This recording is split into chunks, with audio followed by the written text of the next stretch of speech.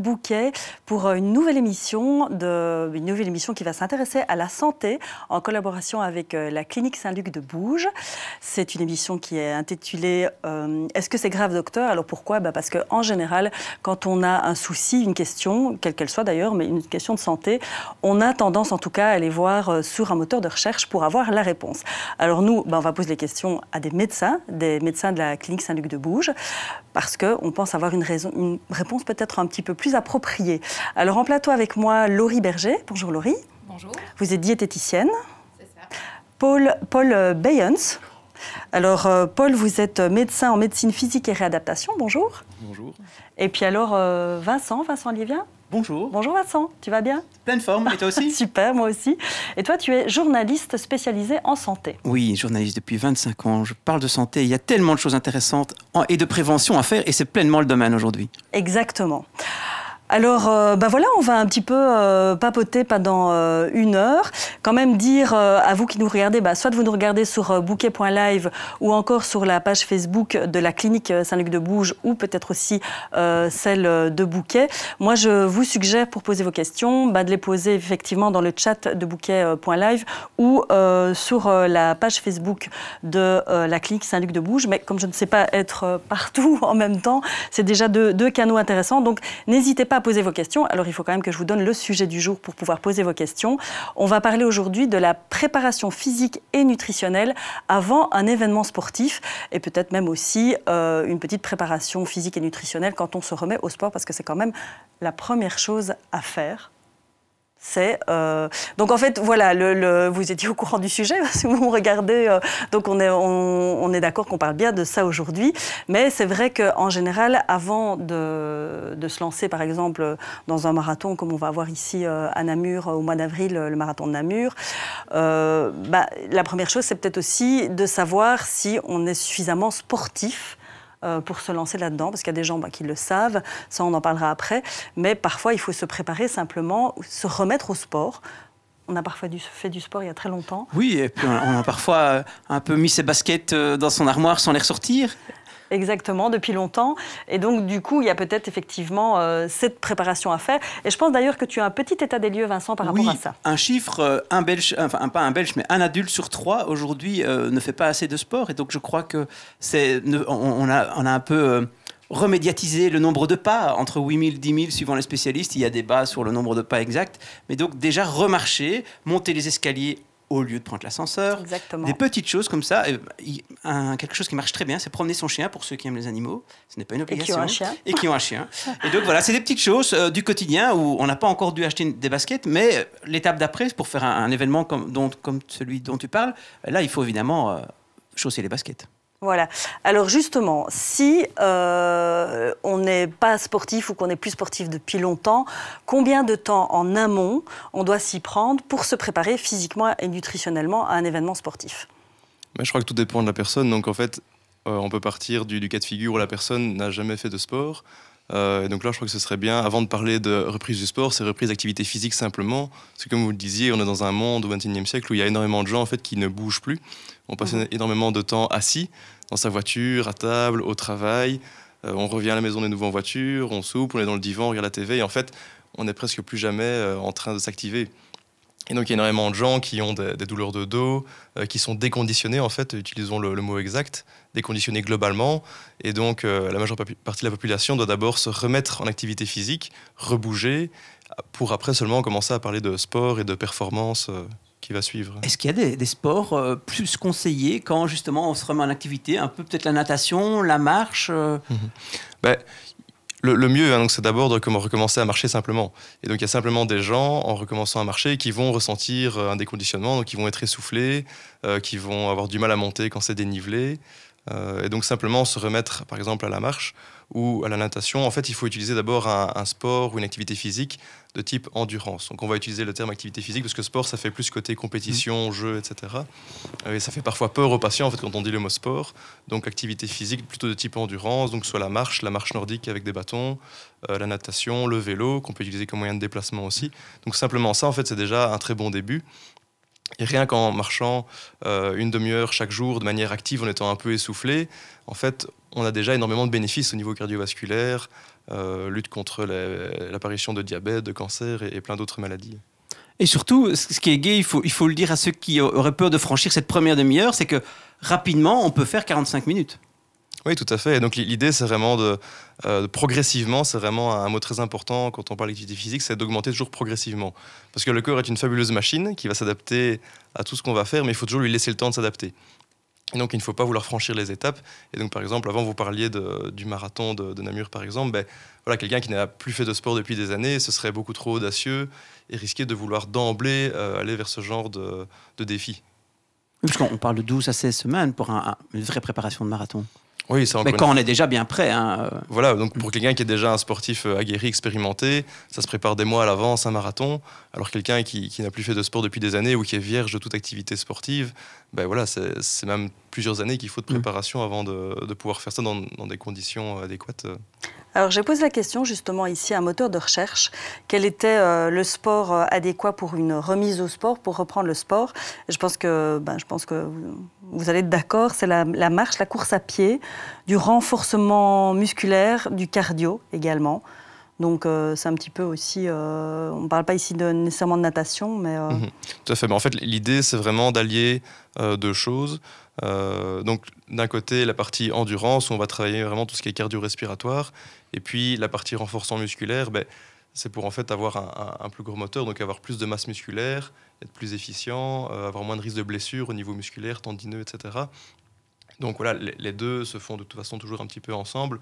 Mais faire du renforcement musculaire, c'est par exemple ce qu'on prescrit aussi quand les gens viennent nous voir en consultation qui sont complètement déconditionnés. On va leur prescrire des séances de kinésithérapie qui va comprendre des exercices à la fois d'endurance, type vélo elliptique, rameur, tapis, et puis vraiment des exercices de renforcement musculaire pur pour les jambes, pour les bras, vraiment pour augmenter la masse musculaire. Que doit-on manger pour augmenter la masse musculaire ou en tout cas pour s'entraîner pour une reprise d'activité Alors, ce qu'il faut peut-être préciser avant, c'est que votre sportif, c'est d'abord un sédentaire à la base, donc qui s'est mis au sport. Donc, si votre alimentation de base, elle n'est pas équilibrée, ça ne pourra pas fonctionner. Donc, je pense que la première chose, c'est vraiment rééquilibrer dans votre assiette de tous les jours, d'avoir l'alimentation la plus variée, la plus colorée aussi possible, qu'elle soit suffisamment riche en fruits, en légumes, en antioxydants. Donc, ça, c'est la base. Il faut aussi qu'elle soit suffisante en quantité. Donc ça va dépendre aussi de facteurs individuels comme le poids par exemple, le sexe, l'intensité de l'activité, la fréquence. Voilà, donc ça c'est un petit peu variable. Ça dépend de beaucoup de facteurs. Il y a beaucoup de facteurs individuels qui jouent. C'est difficile ici vraiment de globaliser, de personnaliser. Mais en tout cas, voilà, la qualité doit y être. On est forcément moins attiré par les produits ultra transformés. On va essayer d'aller vers moins de sucre, en tout cas moins de sucre sain. Puis on va plus essayer de privilégier les glucides complexes, les sucres moins raffinés, moins de graisses transformées aussi. Donc il y a des rayons à éviter dans les supermarchés. On peut manger de tout, c'est toujours une question de quantité, d'équilibre. Non, on n'a pas envie de pointer du doigt un aliment, une famille alimentaire, parce que ça fait partie d'un tout. Mais les rayons plus transformés sont peut-être plus moins transformés, mais bien sûr, on revient au naturel, on revient au fait maison, on revient au brut. Et l'hydratation ? L'hydratation, donc ça c'est la base. Vous avez déjà vu la pyramide alimentaire, donc ça c'est la base avant de commencer à manger. Voilà, il faut être hydraté avant de commencer à bouger. Il faut être hydraté au quotidien. Parle d'eau, forcément. Votre corps, il est fait à 60% d'eau. Alors, l'eau reste la boisson principale. C'est vraiment la seule boisson indispensable. Environ 1,5 litre par jour ou 30 à 35 millilitres par kilo de poids corporel et par jour. Ça peut être l'eau, ça peut être du thé, des infusions, pourquoi pas du café. Voilà, mais ça ne reprend pas ni les sodas, ni les softs, ni l'alcool. Les sodas, l'alcool. On évite surtout les semaines en amont d'une préparation à un marathon. Maintenant, vous êtes sportif au quotidien et ça fait aussi partie des plaisirs de la table, avec modération évidemment. J'ai une petite question ici de Christine qui nous demande si la natation, qui vous demande si la natation peut intervenir bénéfiquement pour spécifiquement les assouplissements. Oui, mais en fait... Dès qu'on fait l'activité physique, on va s'assouplir de toute façon parce qu'on va mobiliser les articulations dans tous les plans de l'espace. Alors la natation, ce qui est intéressant, c'est qu'en fait c'est un sport porté, au même titre que le vélo. Donc c'est-à-dire qu'il n'y a pas d'impact, d'accord ? Et donc Alors oui, on va assouplir. Maintenant, la meilleure manière de s'assouplir, c'est de faire des étirements, des mobilisations, dans des sports type le yoga, le pilate, des choses comme ça. Maintenant, la natation reste aussi un excellent sport pour ne pas s'enraidir, on va dire, de manière générale. Ou le tai chi, ça se fait de plus en plus chez les personnes âgées. Peut-être pas que âgées d'ailleurs. Hein, vous. Oui, tout à fait. C'est un sport que j'entends, enfin, en tout cas une partie d'activité physique que j'entends de plus en plus en consultation, et particulièrement chez les personnes qui sont pensionnées ou en tout cas plus âgées. Et encore une fois, le plus important, il faut que les gens fassent quelque chose qu'ils aiment bien. Parce qu'on a beau conseiller n'importe quel sport, il faut faire natation, vélo, course à pied. Si les gens n'ont pas les moyens logistiques ou matériels ou le temps ou en fait l'envie, c'est la base de tout, c'est le plaisir de faire ça, ils ne vont pas s'y tenir. Ils vont le faire 3 fois puis ils vont arrêter. Donc moi, j'ai toujours aux patients en consultation, ils me demandent qu'est-ce que je dois faire. Je dis, faites quelque chose que vous aimez bien. Si votre plaisir, c'est d'aller marcher avec votre chien le long de la Meuse, faites ça. Si votre plaisir, c'est d'aller faire vos courses en vélo le week-end, faites ça. Voilà, si vous avez un groupe de copines et que vous êtes au Pilates, etc., ben voilà, allez-y. Il faut qu'il y ait un motif, que ce soit plutôt social, une motivation intrinsèque, extrinsèque, mais il faut faire quelque chose qu'on aime bien. Ce plaisir, justement, il est aussi dans l'assiette. C'est lié, c'est ce que j'allais dire. Voilà, c'est complètement, ça rejoint complètement la façon de manger aussi. Il faut que les aliments que vous mangez, vous plaisent à un minimum. Voilà, l'alimentation, c'est aussi une source de plaisir. Donc, sinon, ça ne tient pas sur la durée. Sinon, ça ne tient pas dans la durée. Alors, avant d'aller peut-être justement sur la préparation avant l'événement sportif spécifiquement, moi je propose qu'on écoute ici le docteur Leroy, qui est en fait cardiologue. Alors autant vous prévenir, voilà, il y a eu un petit souci dans l'enregistrement, il va être très très proche de nous, vous allez comprendre pourquoi je vous dis ça. Moi, je suis Martin Leroy, je suis un cardiologue en formation. Je termine ma formation de cardiologie et dans le courant du mois de juillet, je commencerai mon activité de cardiologue à la clinique Saint-Luc à Bouges avec un tropisme aussi pour la cardiologie du sport. Donc l'émission dans laquelle on est aujourd'hui parle vraiment de la préparation à un événement sportif, que ce soit au niveau physique ou nutritionnel. Quelles sont les contre-indications cardiovasculaires avant de se lancer dans une activité physique? Mais ça, en réalité, il y a aucune contre-indication à une activité physique. Le problème dans la population générale actuellement, c'est plutôt l'inactivité physique que l'activité physique. Donc il faut absolument encourager une activité physique, et les recommandations actuelles, c'est 30 minutes par jour. C'est pas grand-chose d'une activité physique qui est dite modérée. Et par modérée, on entend marcher de manière un peu rapide, en étant un peu essoufflé. Et ça, pour n'importe quel patient, même si on est porteur d'une maladie chronique, c'est recommandé. Donc il y a plutôt une indication à la pratique d'une activité physique plutôt que des contre-indications. Chez des gens, par contre, qui ont des maladies cardiaques, il peut y avoir, dans certains cas, des contre-indications à une activité physique qui est plus intense. Et là, typiquement, un marathon, c'est une activité physique qui est intense, mais ça dépend d'un cas à l'autre.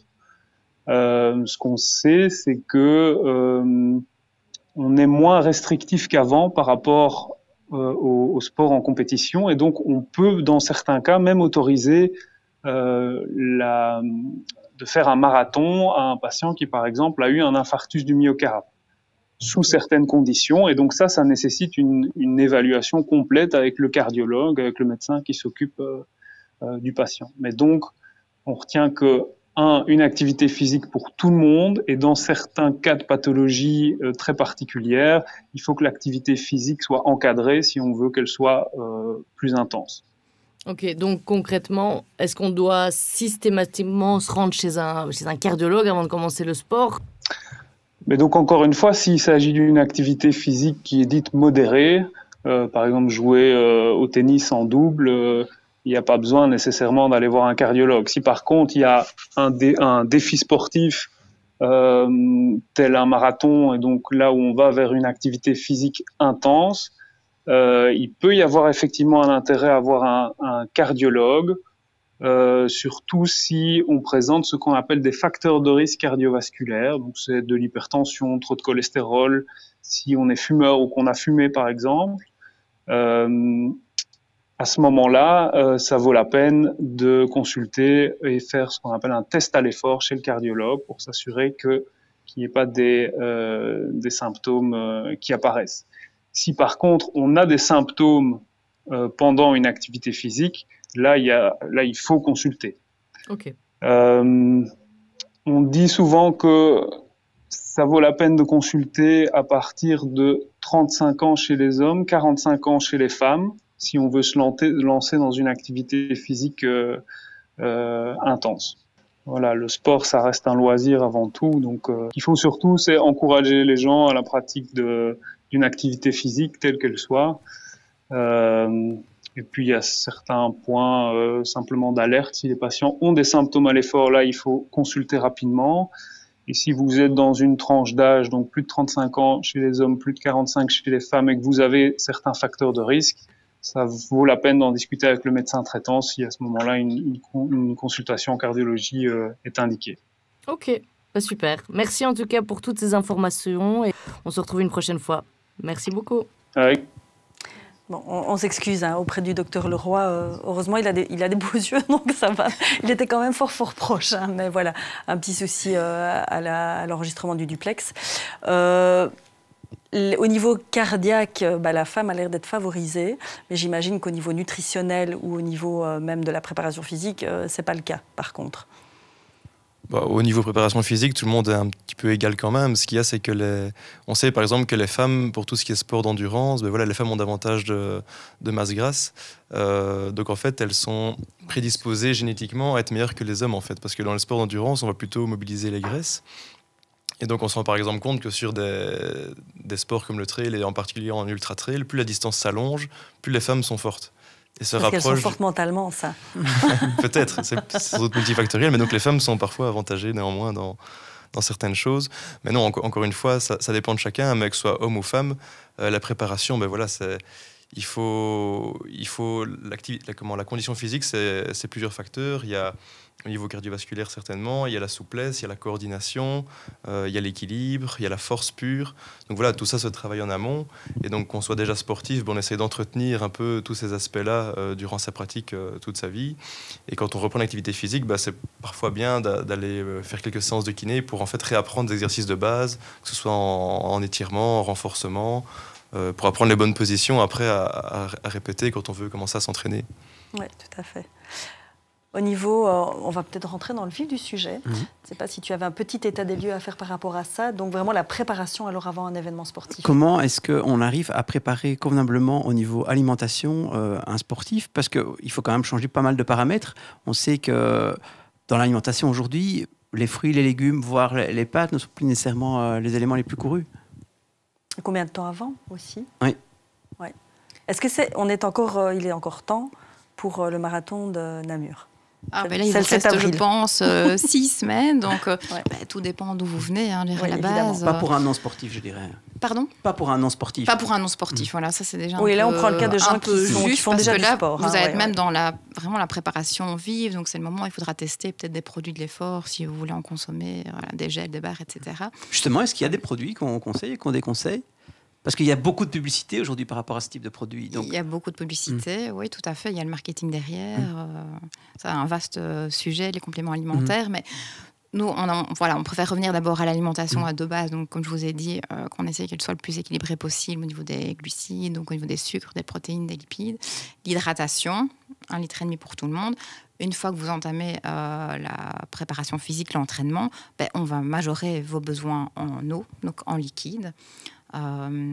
Ça aussi, ça peut dépendre du poids, mais voilà, on conseille un minimum, par exemple, de 500 millilitres de boisson par heure d'effort.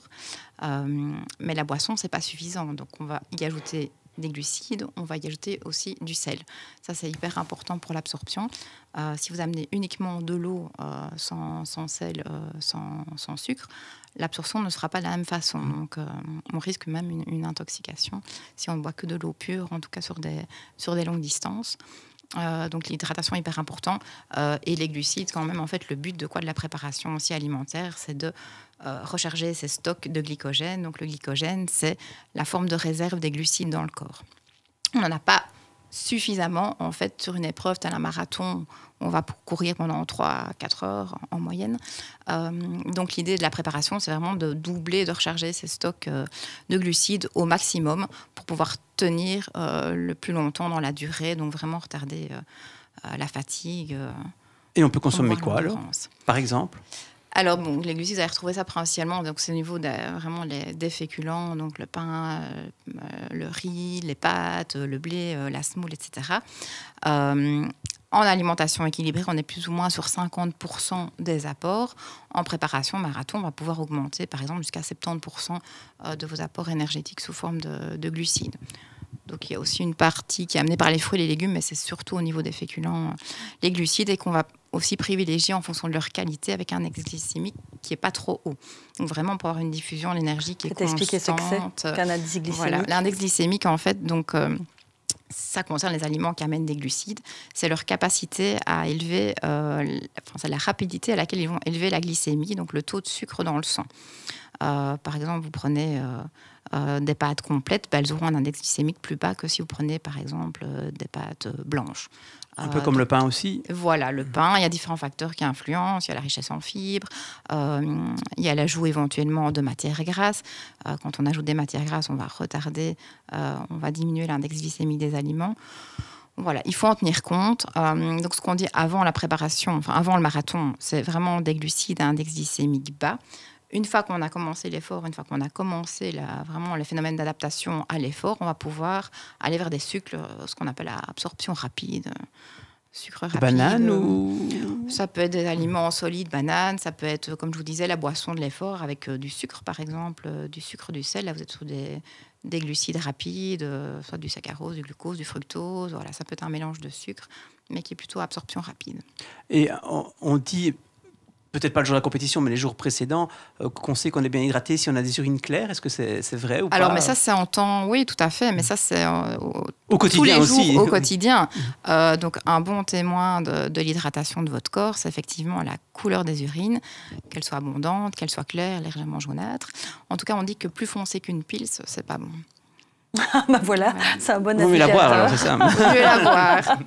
Petite réflexion. Juste peut-être un élément par rapport à la préparation. Enfin, quand on anticipe ce genre d'événement, ne pas hésiter aussi à en parler en famille, se dire est-ce que génétiquement, on n'a pas eu de problème cardiaque?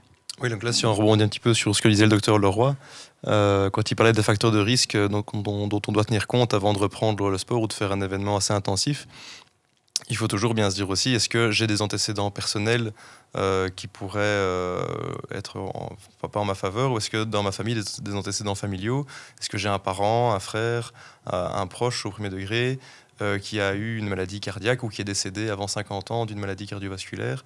Donc ça, c'est des choses qui doivent vous mettre la puce à l'oreille et consulter d'emblée de toute façon avant de pratiquer le sport ou de vous remettre au sport. Et peut-être ne pas viser, parce que ici Christine dit justement, ici sur la page Facebook de la clinique de Saint-Luc, qu'on parle effectivement d'un marathon, mais un semi-marathon pour quelqu'un qui se remet au sport, c'est déjà effectivement un événement sportif. Tout dépend aussi de l'âge, parce qu'ici on a Michou qui dit que après 45 ans sans activité, voilà, c'est peut-être qu'il faudrait peut-être faire plutôt un événement sportif type natation que quelque chose comme un marathon, quoi. Il y a vraiment plein de facteurs dont il faut tenir compte. Moi, j'avais envie quand même de rebondir parce qu'en termes d'alimentation, on pense toujours à une alimentation générale pour un événement sportif, mais j'imagine aussi que les blessures qu'on peut avoir quand on fait ce type d'événement, comme des tendinites, des choses comme ça, tout ce qui est en HIIT, on dit que c'est inflammation. Donc, je voudrais bien savoir justement, concernant la préparation physique, comment est-ce qu'on peut faire pour l'éviter? Est-ce qu'il y a des aliments effectivement plus basiques, du coup moins acides, qui vont peut-être permettre d'éviter un peu plus ce type de problème, quoi? On sent la professionnelle. Hein. Du marathon? Oui. Non, pas vraiment, non. Moi, je voudrais juste préciser quelque chose. Donc, avant, effectivement, on parlait de tendinite. Maintenant, en fait, on ne parle plus de ça, on parle de tendinopathie. Parce qu'on se rend compte, justement, quand on fait des analyses précises au niveau microscope, il n'y a pas forcément d'inflammation dans tous les tendons quand ils sont blessés et que ça fait mal. Donc, on parle maintenant de tendinopathie. Et donc, en fait, c'est plutôt des maladies de surcharge. Donc, comme je disais là tantôt, le corps s'adapte à tout tant qu'on lui laisse le temps de s'adapter. Donc, quelqu'un qui n'a plus fait de sport pendant des années, qui va se remettre à la course à pied et qui va aller courir 10 bornes du premier coup, il va être complètement douloureux le lendemain, soit au niveau des genoux, des chevilles, des hanches, du dos, des mollets, des cuisses, parce que voilà, le corps n'est plus adapté. Et donc, l'idée, c'est vraiment de restresser, dans le bon sens du terme, donc d'infliger des impacts aux tendons, aux muscles, au cartilage, progressivement. Et donc, quelqu'un qui n'a plus rien fait, c'est mieux d'aller alterner d'abord marche et course pendant, par exemple, 1 minute chacun, et d'augmenter tous les 2-3 jours un petit peu la proportion de chaque pour se mettre progressivement à la course à pied. Mais il faut écouter son corps. Si on a des douleurs pendant ou après ou le lendemain, c'est déjà qu'on a fait trop. Et donc il faut vraiment essayer d'aller un peu en avant, en arrière comme ça et de jauger en fonction de ce qu'on ressent dans son corps pour reprendre progressivement. Et on ne sait rien faire pour éviter ça le jour de l'événement? Au moment du marathon, se dire... parce que on est courbaturé le lendemain d'un marathon, pour en avoir fait. Il n'y a pas de secret. Mais j'imagine peut-être juste vous voulez dire éviter les courbatures pendant ou après? Je pensais plutôt à la tendinopathie, si on a une tendance à ça, parce qu'on n'est quand même pas tous égaux non plus. Hein, encore une fois, donc, si le corps est adapté à faire ce type d'effort, il le fera sans problème en fait. Donc quelqu'un qui a l'habitude de courir 2 fois par semaine 10 km et 1 fois 20 le week-end. C'est toi ça, Vincent. Voilà, il va faire son semi-marathon, il doit dans le nez parce que son corps est habitué à faire ce genre d'effort et qu'il en a la mémoire et qu'il en a l'habitude. A contrario, quelqu'un qui ne court que 5 km 1 fois toutes les 2 semaines, il va aller faire 20 km d'un coup, son corps n'a jamais l'habitude de faire ça. Il va déjà avoir des douleurs pendant et il aura certainement des courbatures après pendant plusieurs jours parce qu'il n'est pas habitué. Donc c'est vraiment la préparation. Voilà, c'est la préparation en amont qui est En fait, le plus dur, c'est pas le marathon, le semi-marathon, c'est toute la préparation, l'hygiène de vie qu'il faut avoir toute l'année en amont. Voilà. Mais tout dépend encore une fois le niveau. Est-ce qu'on veut juste le finir, prendre du bon temps entre amis? Est-ce qu'on veut performer, faire un temps? Donc voilà, ça dépend du temps qu'on a et de l'investissement qu'on veut mettre dans sa préparation. Et puis c'est toute l'hydratation que vous évoquiez, parce que dès qu'on a 5 ou 10% d'hydratation en moins, on a même 1%, plus de 10%, voilà, 1% de poids du corps en moins, 10% de performance physique ou intellectuelle en moins. C'est vrai que ça peut aller loin, hein, des hydratations. Il y a déjà eu des morts sur des épreuves comme ça. Donc, après, au niveau des graisses, peut-être aussi, au niveau des bonnes graisses. Un petit peu les oméga 3, vous avez sûrement déjà entendu parler des oméga 3. Donc il y a des propriétés anti-inflammatoires. L'alcool aussi, évidemment. Ça qui altère les tout ce qui est acide, facultés de récupération. Alors, il peut y avoir un terrain acide donc qui n'a rien à voir avec le goût des aliments que vous avez en bouche. Hein. Donc c'est plutôt l'inverse. C'est important de le dire. Voilà, donc les fruits et les légumes sont plutôt des aliments qui sont alcalinisants. Or, vous prenez le citron, il a un pH très acide au niveau de l'estomac, mais ce n'est pas pour ça qu'il sera acide au niveau du corps. Donc, que du contraire. Tout ce qui est viande, laitage, céréales, féculents, c'est plutôt des aliments qui sont acidifiants, contrairement donc aux fruits et aux légumes. Mais c'est toujours une question d'équilibre. En fait. Ça n'a rien à voir avec le goût des aliments. Non. Ok, c'est intéressant. Ça. Et dans la mode actuelle, tes protéines végétales ou animales, ça change quelque chose par rapport à une préparation? Alors, au niveau des recommandations, c'est vrai qu'avant, on était plutôt sur du 50% animal, 50% végétal. Maintenant, on tend vers le plus 2/3 de végétal, que ce soit pour des raisons de santé, des raisons écologiques. Il y a moyen de préparer un marathon, même si on est végétarien, qu'on évite la viande. Voilà, c'est tout à fait possible avec des bonnes protéines végétales de qualité. Ou si vous mangez encore un peu de poisson, encore des œufs, encore certains produits laitiers. Il faut faire attention au fer quand même. Oui. Pour ceux qui ont des régimes spéciaux. Le fer, voilà, oui. Si vous êtes une femme, que vous êtes sportive, donc vous avez probablement des pertes menstruelles ou perdez du fer, et que vous ne mangez pas de viande, je pense que c'est important, alors à ce moment-là, vraiment d'aller voir quelqu'un, que ce soit diététicien, que ce soit un médecin du sport, d'avoir vraiment une enquête alimentaire approfondie et une prise de sang aussi. Donc vraiment pour objectiver des carences. Oui, et surtout tenir compte, parce que beaucoup de Belges aujourd'hui ont une maladie chronique, que ce soit un diabète ou des maladies cardiaques chroniques. C'est important toujours de faire un état des lieux par rapport à une préparation comme celle-là. Oui, tout à fait. Ça vaut. Je conseille d'aller voir quelqu'un. Hein. Je ne prêche pas pour ma chapelle, mais que ce soit diététicien, médecin, refaire vraiment que ce soit hypercholestérol, bilan. que ça soit... Oui, il y a aussi des facteurs de risque associés, comme le cholestérol. Ça peut être aussi, d'ailleurs, certains troubles métaboliques qui peuvent être associés aux tendinopathies. Trop de cholestérol. Par exemple, les gens qui sont diabétiques sont plus à risque de faire des tendinopathies. Et donc voilà, d'où l'importance de bien contrôler son diabète en général, encore plus quand on fait du sport. Et voilà. Mais à l'inverse, le sport est un des traitements aussi du diabète. Donc voilà, c'est très important. Tout le monde doit faire du sport, mais encore plus les gens diabétiques, par exemple. Je pensais aux pieds des diabétiques, justement. Quand vous évoquiez les diabétiques par rapport à une course à pied, ils se blessent, enfin, les types 1 en tout cas, se blessent plus facilement. Oui, donc en fait, souvent les diabétiques ont les nerfs qui sont atteints aussi, donc les nerfs sensitifs en périphérie, donc, et en particulier ceux des pieds, vu que ça commence par là souvent. Donc les diabétiques vont moins bien sentir le sol, et donc quand ils se blessent, ils ne le sentent pas tout de suite, et donc ils sont plus à risque de blessure. Mais donc souvent, eux sont éduqués par leur endocrinologue, par les infirmières en diabétologie pour chaque jour regarder leurs pieds et être sûr de ne pas avoir de blessures. On est sur des cas spécifiques. On va peut-être un petit peu s'intéresser à ce que les gens qu'on croise dans la rue, puisqu'Eva est allée faire un micro-trottoir, les questions qui se posent justement par rapport à la préparation pour un événement type marathon. Aujourd'hui, je pars à la rencontre des gens. L'objectif est de savoir ce qu'ils mettent en place avant un événement sportif.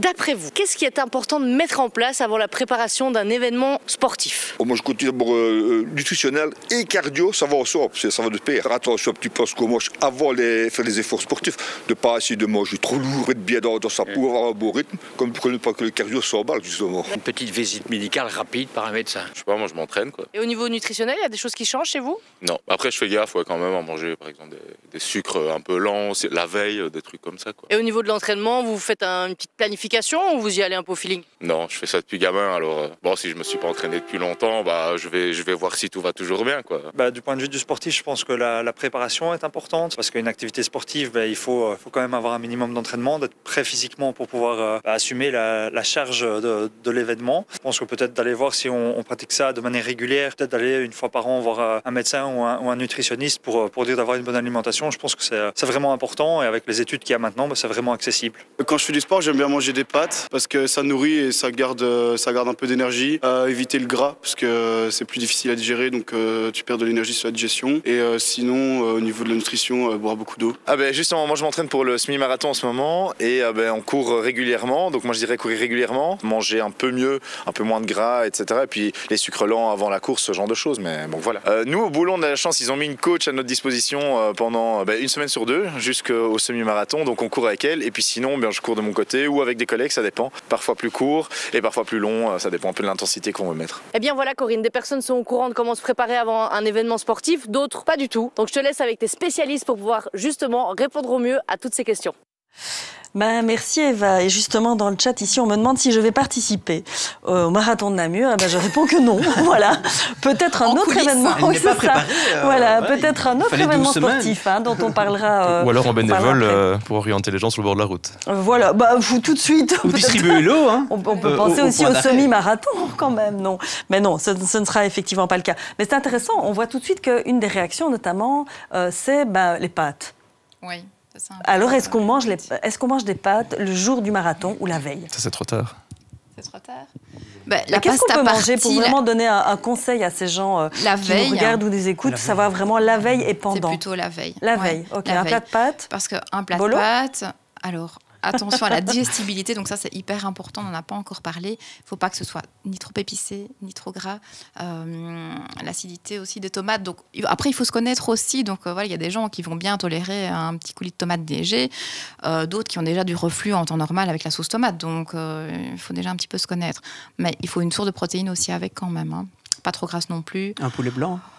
Blanc de poulet, ça peut être un peu de jambon, ça peut être des œufs, ça peut être du poisson ou un américain maigre par exemple. Pas d'alcool, donc déjà dans les semaines avant, ça vous avez évité. Des légumes verts aussi, des légumes, plutôt des légumes cuits. Donc attention aussi au contenu en fibres, un l'apport en fibres qui peut vous causer des soucis.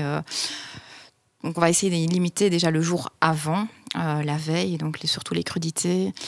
Donc si vous devez manger des légumes, ça peut être des légumes facilement digestes, un peu de carottes cuites, des courgettes épluchées, éventuellement des haricots verts extra fins, voilà, sans exagérer au niveau des quantités. Donc un plat typique, jusqu'à quelle heure aussi? Combien d'heures avant l'événement on peut manger? On ne parle pas tellement d'heures. En tout cas, la veille, ça n'a pas d'importance.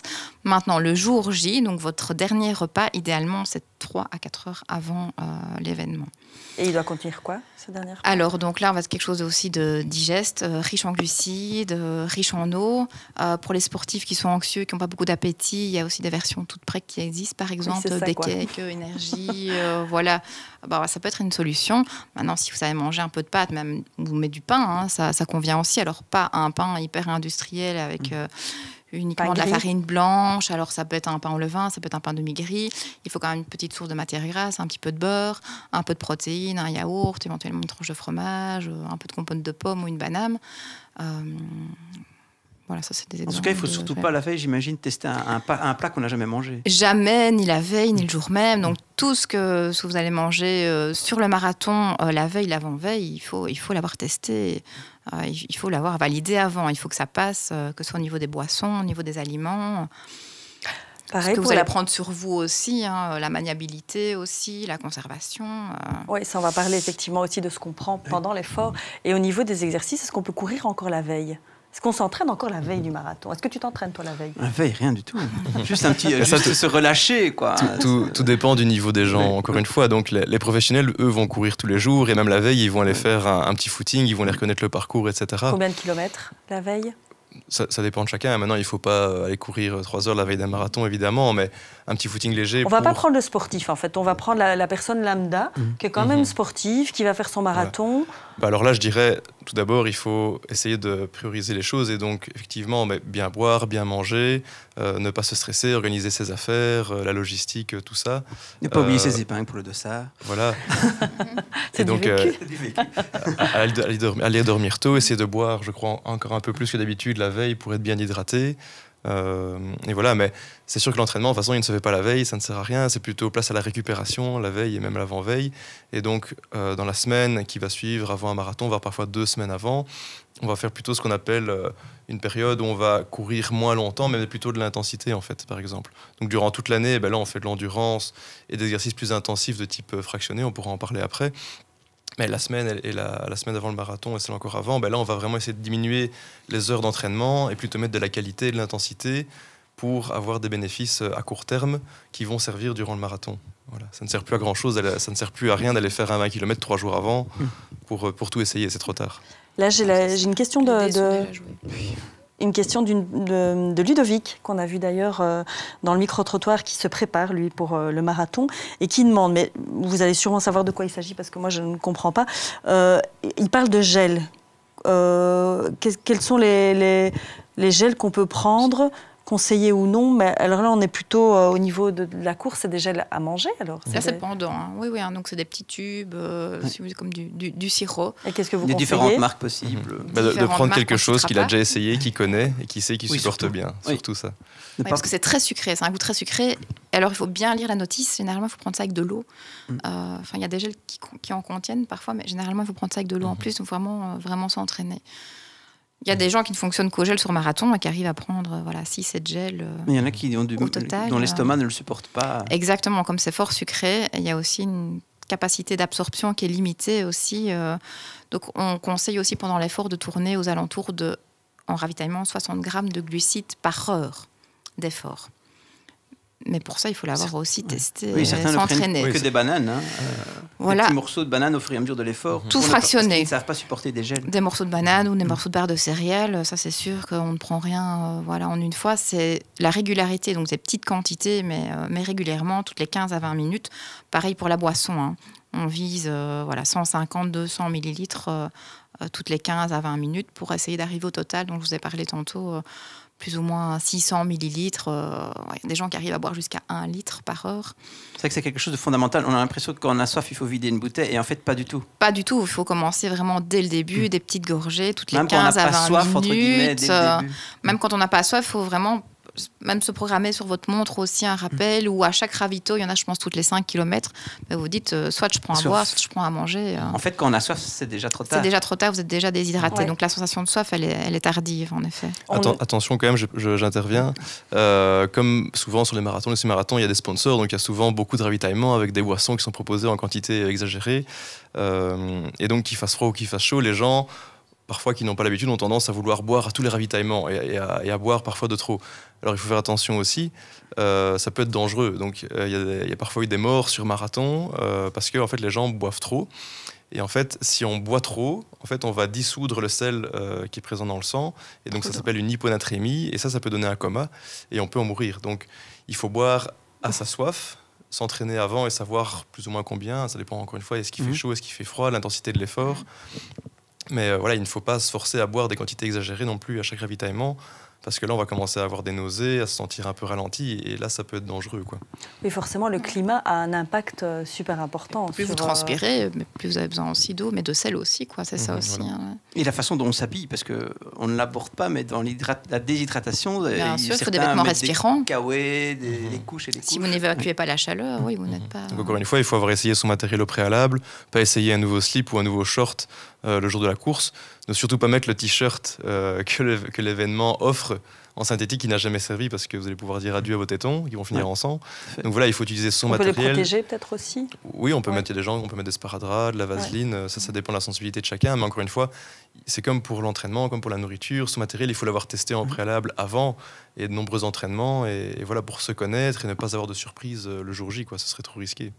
Ça paraît logique. Ça, je crois que c'est une règle pour tout. Hein. Les exercices à faire juste avant, les vêtements, là, forcément le matériel, mais aussi au niveau alimentaire. Hein. On est bien d'accord que c'est... Et des choses basiques, mais même le nombre de gens qui vont acheter de nouvelles chaussures et qui vont les mettre 2 jours avant le marathon. Et voilà, ça, c'est pour finir les pieds en sang avec des cloches et parfois ne pas savoir finir la course. Donc, encore une fois, les chaussures, il faut les acheter bien à l'avance, les avoir essayées et savoir qu'on les supporte bien. On s'étire avant de démarrer son marathon ? Alors, les recommandations par rapport à ça, donc on entend souvent de tout et de rien. Toute la société scientifique n'est pas encore d'accord à tout point de vue pour les étirements, mais une chose qui est sûre, les étirements avant un effort, donc de type statique, on va garder une posture pendant 30-45 secondes. Avant l'effort, ça augmente le risque de blessure. Donc en fait, il ne faut pas s'étirer avant l'effort, il faut s'étirer après l'effort, mais pas directement après sur la ligne d'arrivée, comme on voit très souvent.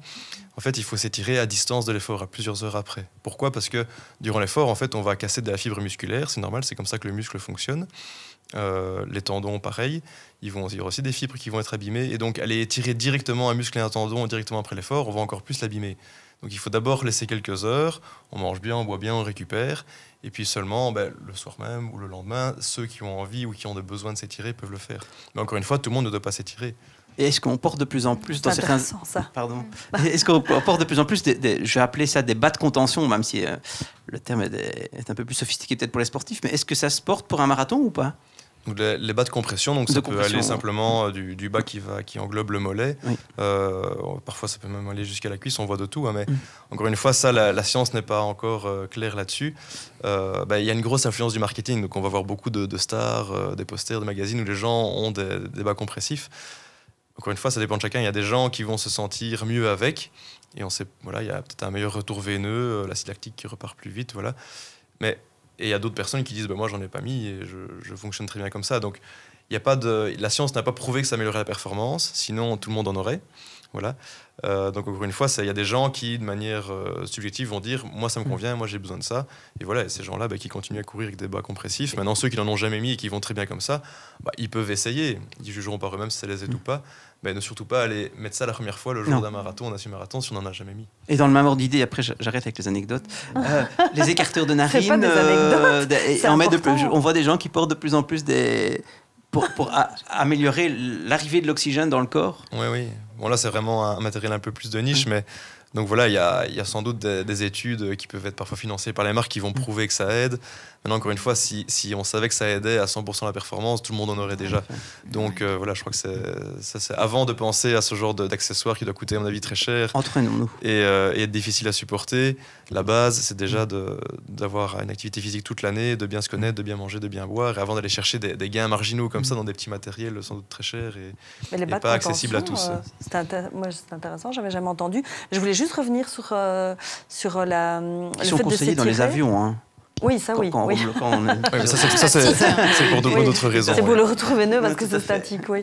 Mais je pense que vous avez dit, Paul, qu'on ne devait pas nécessairement s'étirer après l'effort. Pourtant, ça, c'est quelque chose qu'on entend systématiquement. Voilà, il n'y a pas non plus de preuve qu'on va plus vite récupérer ou qu'on va diminuer ses courbatures en s'étirant. Ça, c'est intéressant de savoir quand même. C'est une croyance populaire qu'on a. Les gens qui doivent s'étirer... par exemple, si quelqu'un a une contracture musculaire suite à une blessure durant l'effort, ou une petite déchirure ou quoi, oui, là, il y a un traitement médical kiné qui va être mis en place et on va favoriser des étirements pour essayer de guider la cicatrisation musculaire. Mais quelqu'un qui n'a pas de raideur pathologique, s'étirer après l'effort n'est pas forcément recommandé. Ok, voilà, ça c'est... Est-ce que vous avez déjà vu des animaux qui s'étiraient dans la nature après avoir couru ? Non, L'être humain est un animal. Et donc, voilà. C'est vraiment une croyance. D'ailleurs, je vais vous laisser papoter. Je vais regarder, moi, ce qu'ils disent là, pour voir si on est d'accord. Moi, il y avait un aspect important Paul. que je trouvais, c'était le côté cardio, c'est-à-dire quand tout au cours de la préparation, c'est justement avoir des séances d'intervalle que vous évoquiez, auxquelles on ne pense pas toujours parce que ça demande un autre effort et donc on n'a pas toujours envie de les faire. Oui. Soyons un peu paresseux. Voilà.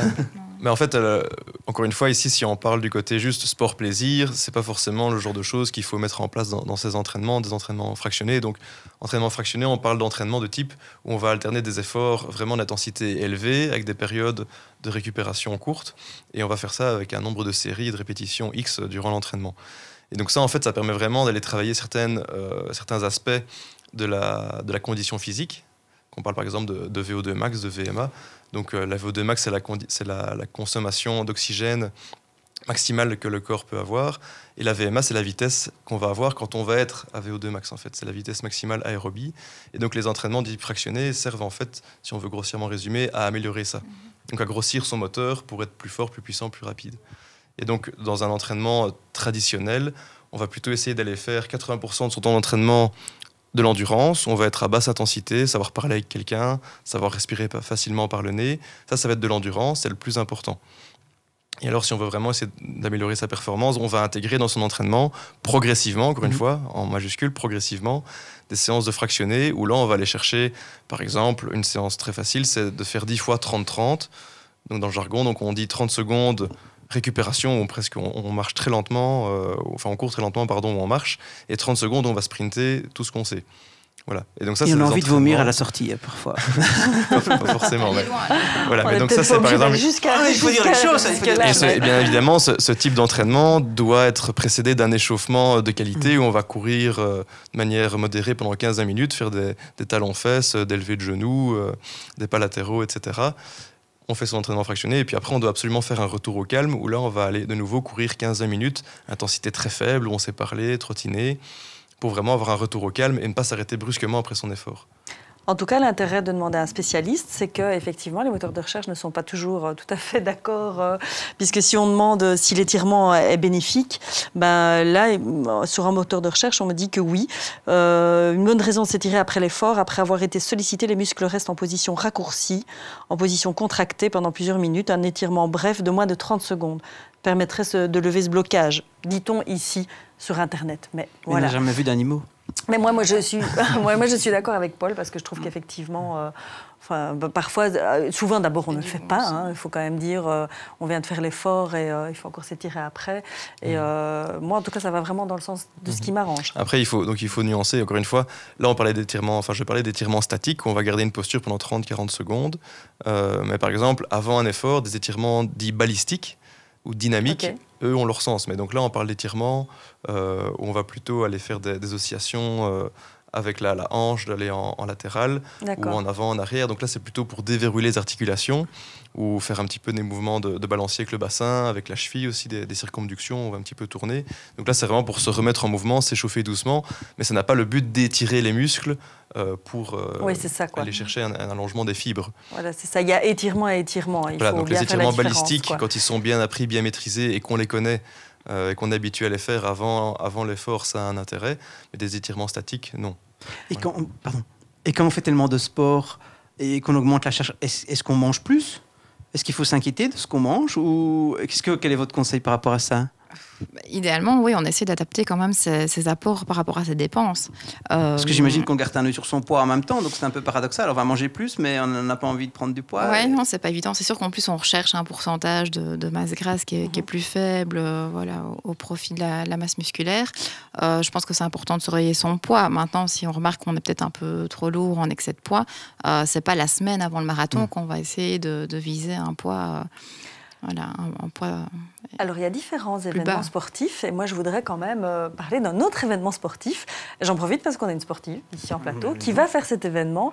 Donc, Laurie, avec des collègues, vous vous êtes lancée dans le fait de faire le Trail Walker d'Oxfam au mois de mai. Je propose, on en parle après, mais je propose qu'on écoute vos collègues et également les 3 personnes qui vont faire cet événement avec vous. Je suis actuellement à la clinique Saint-Luc-à-Bouge. Je vais partir à la rencontre de 3 diététiciennes qui sont les collègues de Laurie. On a Camille et Justine et la deuxième Camille. Elles ont l'objectif de faire le Trail Walker d'Oxfam au mois de mai. J'ai quelques questions à leur poser. Salut les filles. Comment ça va? Très bien.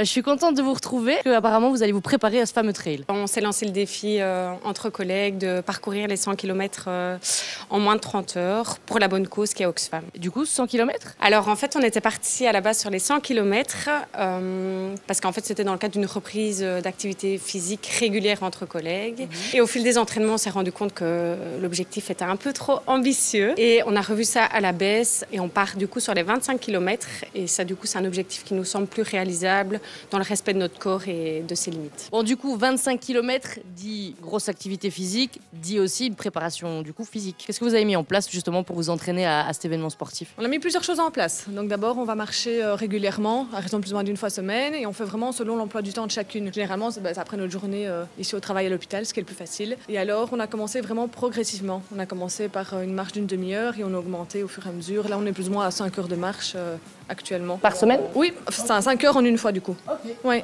sans s'arrêter. En fait, on a une collègue qui est justement sur le plateau, qui est diététicienne et qui a la formation en sport en plus. C'est Laurie du coup? Oui, c'est Laurie, oui. Elle nous aide pas mal là-dessus. Et sinon, ben voilà, en tant que diététicienne, on a certaines bases aussi. Et alors, il y a un programme aussi avec Oxfam qui est fait. Et donc, on le suit aussi pour savoir ce qu'on doit faire et comment on doit marcher. Donc physiquement, c'est fait, mais il y a aussi le côté évidemment nutritionnel. Et là, c'est ton tour du coup. Au niveau nutritionnel, qu'est-ce que vous avez pu mettre en place? Donc au niveau nutritionnel, de manière générale, en dehors des périodes d'entraînement, on tend à suivre une alimentation équilibrée en fait finalement. Et puis on porte plus spécialement en point d'attention les jours de marche, à l'hydratation bien évidemment, qui est un point essentiel. Par rapport à la consommation d'alcool aussi, on essaye d'y veiller en tout cas les jours qui précèdent les entraînements. On ne dit pas qu'on ne fait pas un petit écart de temps en temps. Et alors on se prévoit des collations durant les marches. Donc c'est Laurie, notre amie qui est sur le plateau, qui nous prévoit à chaque marche une petite collation faite maison. Et donc on teste les collations pendant nos entraînements pour prévoir ce qu'il faut pour le jour J et avoir suffisamment d'énergie durant notre marche. Du coup, vous êtes une équipe soudée. Moi, tout ce que je peux vous souhaiter maintenant, c'est bonne chance pour votre trail. Et j'espère vous revoir bientôt. Et n'hésitez pas à me communiquer le temps que vous avez pu faire sur ce trail. Eh bien, comme quoi, une équipe gagnante doit toujours se préparer. Alors, Corinne, tu serais pas prête, toi, à relever ce défi de Trail Walker Oxfam? Mais bien sûr, Eva. Et d'ailleurs, je fais un appel à mes collègues.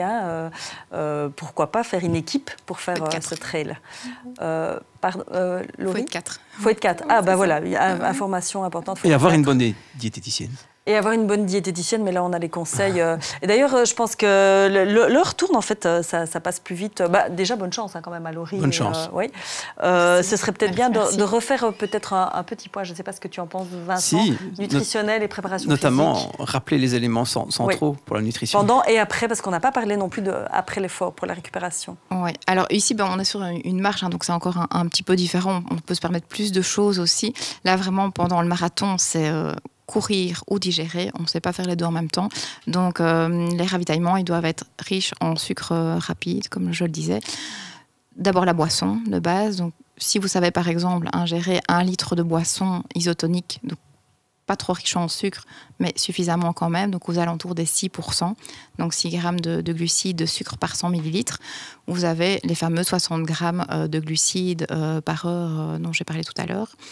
Donc ça, c'est ce à quoi on essaye de tendre, donc toujours en testant avant.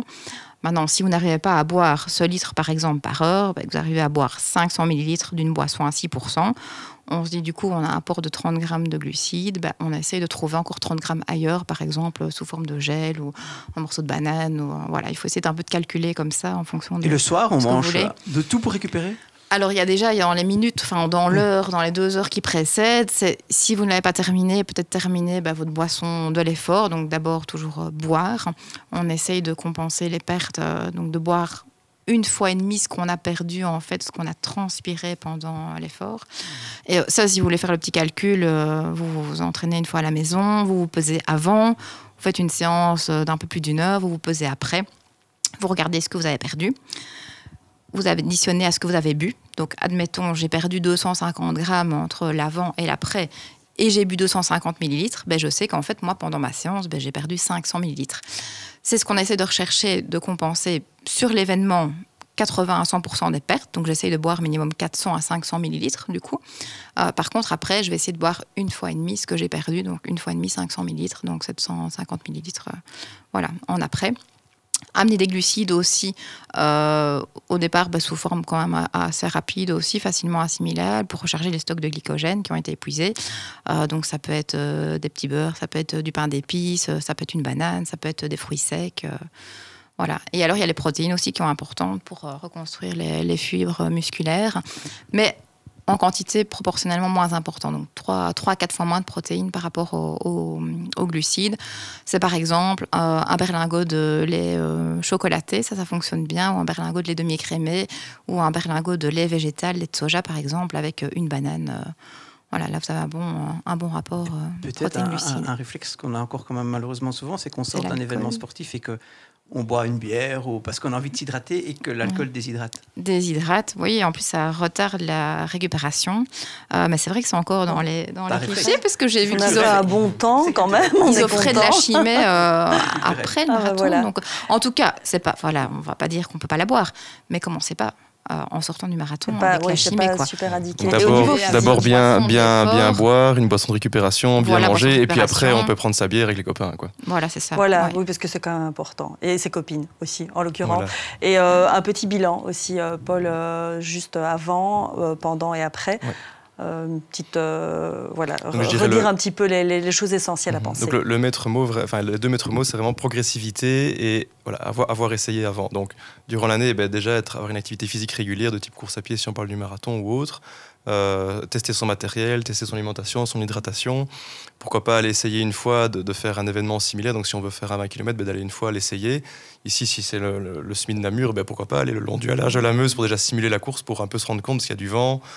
C'est un peu particulier comme endroit quand même aussi. Et donc avant, entraînement, progressivité. Les 2-3 semaines avant, on commence à diminuer la charge d'entraînement et à favoriser plutôt une récupération, une bonne alimentation, une bonne hydratation. Le jour J, on ne teste rien, on prend les affaires qu'on connaît, les chaussures qu'on connaît, pas d'étirement avant, en tout cas pas statique, on peut faire quelques étirements balistiques.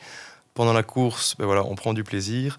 Et alors après, effectivement, là, on va plutôt favoriser la récupération de nouveau. Donc, il n'est pas question d'aller en refaire un autre événement sportif intense le lendemain ou le surlendemain. En tout cas, pas si on n'est pas très, très entraîné.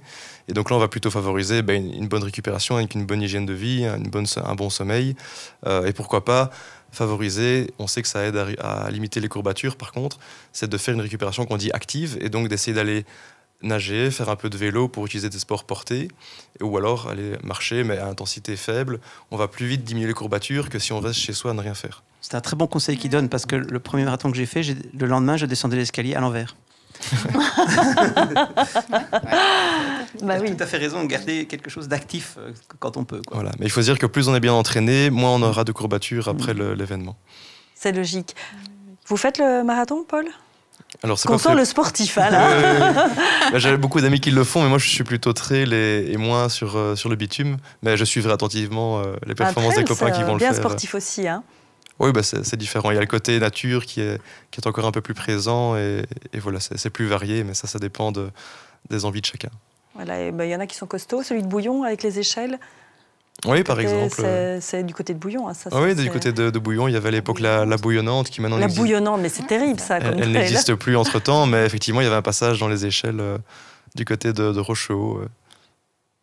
Et toi, de ton côté, Vincent ? Rien de particulier pour le moment. Rien de particulier pour le moment. Bon, moi, je réitère donc ma demande. Mais j'en tiens compte.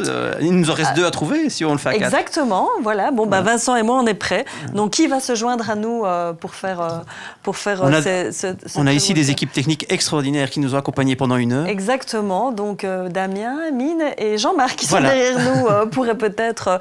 Mais c'est vrai que 100 km, là, ça demande quand même 25. On pourrait peut-être commencer par 25 parce que 100 km, c'est quand même costaud. Début. Et moi, j'aimerais quand même terminer sur une réflexion de Christine ici sur le chat qui dit quand même que finalement, elle, pour tous ses problèmes de santé, etc., que ce soit son hypertension, son cholestérol, sa thyroïde, etc., le sport, ça reste quand même finalement la clé d'une bonne santé. Le sport est le médicament gratuit qui est efficace contre le plus de maladies au monde. Antidépresseur naturel. En plus. Voilà, ça diminue le risque de cancer, de diabète, c'est anxiolytique, ça donne un bon sommeil, un bon appétit. Ça diminue le nombre d'addictions aussi.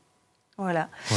Et bien dormir avant, et parce qu'évidemment là c'est facile de faire le lien, on l'a dit, bien dormir avant l'événement.